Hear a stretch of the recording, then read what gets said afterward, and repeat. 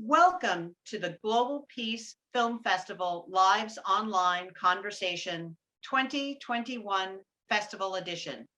Please join me, Kelly Devine, the Artistic Director, and Nina Strike, the Executive Director, in conversation with Tatiana Lopez, the filmmaker behind the film Living Forest, which you can see as a part of our Free for All Shorts program. Our festival information is available on the Global Peace Film Festival website, peacefilmfest.org. The in-person portion of our film festival begins September 21st and ends September 26th. Our streaming access begins September 27th and ends October 3rd. Again, all the information regarding scheduling, descriptions, ticketing, and other upcoming events can be found on peacefilmfest.org. And now let's welcome Tatiana Lopez. Hello, Tatiana. Hi, how are you? Very well.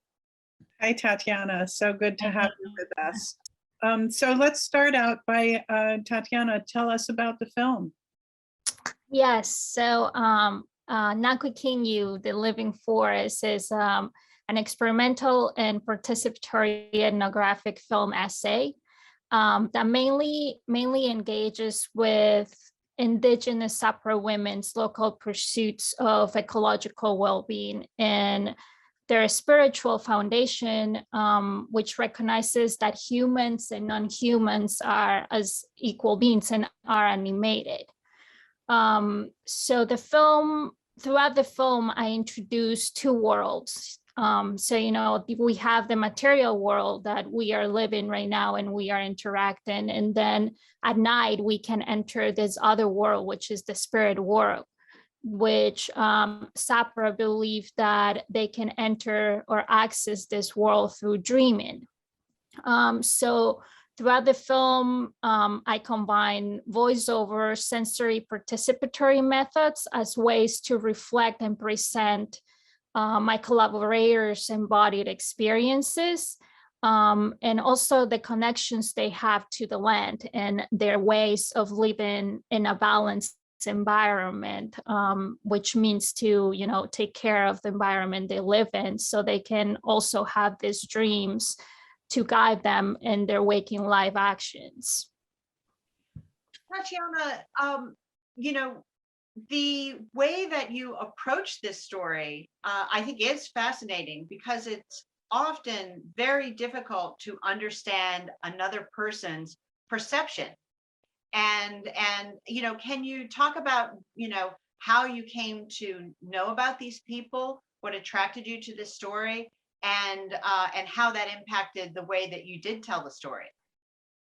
Yes. So the way that I approached this story was also from my own perspective. When we get into a new environment, into a new place, we meet new people that maybe have different ways of seeing the world than we have here in the Western world. So I'm originally from Ecuador, but as a teenager, I moved here to the States. So those connections are still there, those connections to the land, those connections to the people. But when we are away for so long, we tend to get into this routine of just go, go, go. And we have to, produce. And we forget this connection to this spirit foundation that we all have. So I wanted, for the film, I wanted to experience what they experience and learn from them. And so I asked them to, guide me. And when I first got there, they were just, so their advice was just observe, listen, connect to the land, try to spend time by yourself at night, before you go to sleep. Try to just, clear your head of everything that what happened during the day. And don't think about, what you want to do the next day or in the future. Just clear your head and then go to sleep. And that's how you will have dreams that will sometimes become messages or just, symbols that you can interpret the next day. So every morning we'll wake up at 3 a.m. and they will give me medicine, which was tobacco and a tea that's called guayusa. It's a leaf that they boil it and then you drink it, and it's supposed to clear your body out of all the toxins and clear your head and your mind. And then after that, for them, it's also a plant that protects them when they are interpreting the dreams, because they believe in dreams are also energies. So when we have bad dreams, are these negative energies that, they come to attack us, and we have to protect ourselves from those energies. So we will tell our dreams, we will interpret them, and then with that interpretation, we will move on into the day. And then, like for me, it was at the beginning, the first month, it was a bit hard to connect to that rhythm, but then after a while, it was just there was no time. It will just feel, like I will ask the time, I will be like, what time is it? And they'll be like, who cares? Like, what time is it? Like, do you have anything? Do you have a place to go? And I'll be like, no. So, forgetting to kind of disconnect out of that, time and just live the present moment, like second by second. So I think approaching it from a self-experience also, which is why I use the voiceover to kind of portray also somehow my experience with them, was something that for the representation of the film, I wanted to also include as a method to that engagement with them and with their culture. And you had already mentioned that you learned a lot from this experience. Is there anything that you learned that you have carried back into, when you returned to the States? Yes. So the dreaming, it's something, that for the past now a year and a half, I've been digging into it more and more. So when I was younger, I used to have, like all these vivid dreams and all these dreams that, when I remember when my grandpa died and he came and visited me, and it was this dream that I knew that he was leaving when I woke up, and I was like, no, it can't be. And then I couldn't be there. So I told my mom, I was like, you need to call my grandpa because I had this dream. And then my mom will be like, no, nothing happened. It's okay. And then at night, I remember we got this call saying that my grandpa had gotten really sick and that my mom had to go back to Ecuador because he had cancer. So it was his last stage.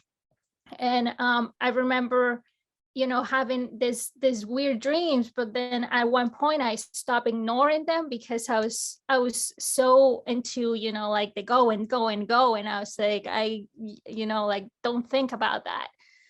But going back and, learning from them how they live and everything it makes sense, how we disconnect from this spirit world that we all have access to, because we all dream, and we just choose not to listen to it. We just close ourselves because it's something that for us it feels unreal, that it's not something that we can touch. It's the oniric experience that it doesn't have a tangible thing. It's not tangible. We can't touch it, so we don't believe it. And that's, the Western world idea of like, the material possession. And, we disregard the spirit foundation of all living things. So I guess what I took from the Sapra culture was to pay attention to our dreams, to connect, in a spiritual way with our ancestors, with our roots, and to be more conscious about what we take from the land and what we give. Because I think we also are, like in a society that it's used to just take, and and we can see it now, you know, the consequences, and we keep ignoring them because nobody wants to talk about climate change or all the disasters that are happening, you know, like the pandemic, and everything is all connected, and, you know, migration, and how the livelihoods of peoples are being destroyed because of, you know, climate change. So I think now it's the time to be more conscious about our actions and the consequence that this bring. So I think, you know, the dreaming and just being more conscious of and being in the present, I think that that's what I took from them, that there is, you know, no, we don't know what's going to happen, you know, in the future, and more now with the current situation. But if we take this day, you know, day by day, second by second, without caring about the time, you know, like it, and you know, just connecting more to, even here in the city, I think, you know, being more conscious about the food that we put in our bodies, you know, taking a deep breath, or seeing a bird flying, and that we sometimes we completely disregard that it's there. So I think those are little, you know, things that we can all do to connect to the land for those who live in the city. Well, and you talk about, you know, that different perspective. I think that's what really attracted me to the film, was that and all of the issues that you brought up, climate change, et cetera. I think there is a real value to seeing how other people can perceive the world in a completely different way than we do, so that we can step back and gain some perspective even on our own way of looking at life. And which ties into the mission of the festival, which is to give people models or ideas, or even challenges to make their lives and communities a better place. And certainly honoring Indigenous people, taking a look at a completely different way of relating, as you said in your very first answer, both to human and non-human worlds, I think is remarkable. I really got a lot out of watching your film, and walk around, even in my own suburban neighborhood, thinking differently about the trees and the plants and the animals that I encounter. Could you speak a little bit about, you know, what you hope people will take away from the film? Yes. So I think what I hope this film brings to you know, the viewers and the audience, it's a new way to reflect on how can we decolonize the thought, you know, like this feelings and these thoughts that have been carried from millions of years and have been based on this colonial idea, you know, that the material possession is what matters, and that nature is just treated as an object or something that has to be exploited. I think that when we started decolonizing the thought and finding new avenues to come to this ancestral power and wisdom, it's when we will be, you know, we will be released, and we will be able to see beyond that material world, beyond that possession that we have, that, you know, it always, like, after we're gone, it stays. So I think, you know, I always say we have to remain hopeful, and we have to believe that together we can make a change, and together we can move forward and change the course of climate crisis. So I think, you know, I hope the film, The Living Forest, shows different ways of relating to nature and to this world that we live in, from, you know, the Sapara's perspective and the women's notions of ecological well-being. So that I think that's, you know, like realizing that we have healthy ecosystems, and that we need to protect them now more than ever, you know, that And we also have to listen to the caretakers of the Pachamama, which are the ones who carry all this wisdom and all this knowledge on how to, how to keep living for millennia in a peaceful and balanced equilibrium with the environment. That's a wonderful message to take away. And so tell us how our audiences can support this film and your work, and also what's next for you. Yes, so right now we continue working with Sept women. They do have a project that it's pretty new. Their initiative is called Yarishaya Itiumo, which is Blooming Women. So this initiative was created by the Sept women that you see on the film, and was with the intention to strengthen the female leadership in their territories while implementing their ancestral knowledge, from a place of resilience and autonomy. So they can, share their stories, share their desires, their dreams with other women from other communities, and also with the outside world. So the project is very new, but our audience, the viewers, can follow them on Instagram. That will be a good way to, stay connected with them. Their Instagram is at Yarishaya Itiumo. I'm gonna write that there too, so maybe it can come up. But they also have an ecotourism project that can be visited online. And they can also follow, all their fights that are having with, with fossil fuels extraction and all that. They can stay connected with that. So the website is www.naku.com.ec. Naku is NAKU.com.ec.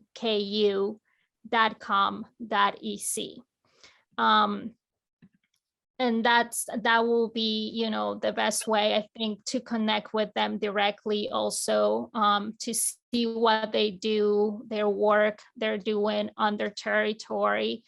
And like news not always have they're not always on their side, so always the stories are distortionate.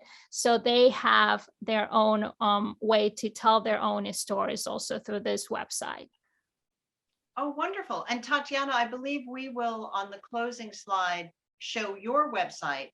Anyone who visits your website, can they find this information that you were just talking about? Yes, they can find that information also on my website with under the work that I'm doing with them. Fabulous. Well, and that is a wonderful way to end, with that call to action and to follow these women and their ongoing story. And Tatiana, we really appreciate your taking some time to talk with us and to tell us a bit more about the film, which I really hope everyone will take the opportunity to watch during our virtual portion of our festival, which begins September 27th and ends October 3rd. All the information about the Free for All Shorts program is available on the Global Peace Film Festival website, which is peacefilmfest.org. And please remember, if you want to learn more about Tatiana Lopez's work, or to support the women that you see in the living forest, please go to TatianaLopez.space. That's Tatiana Lopez, all one word, .space. Thank you again for listening, and we'll see you at the next Glow.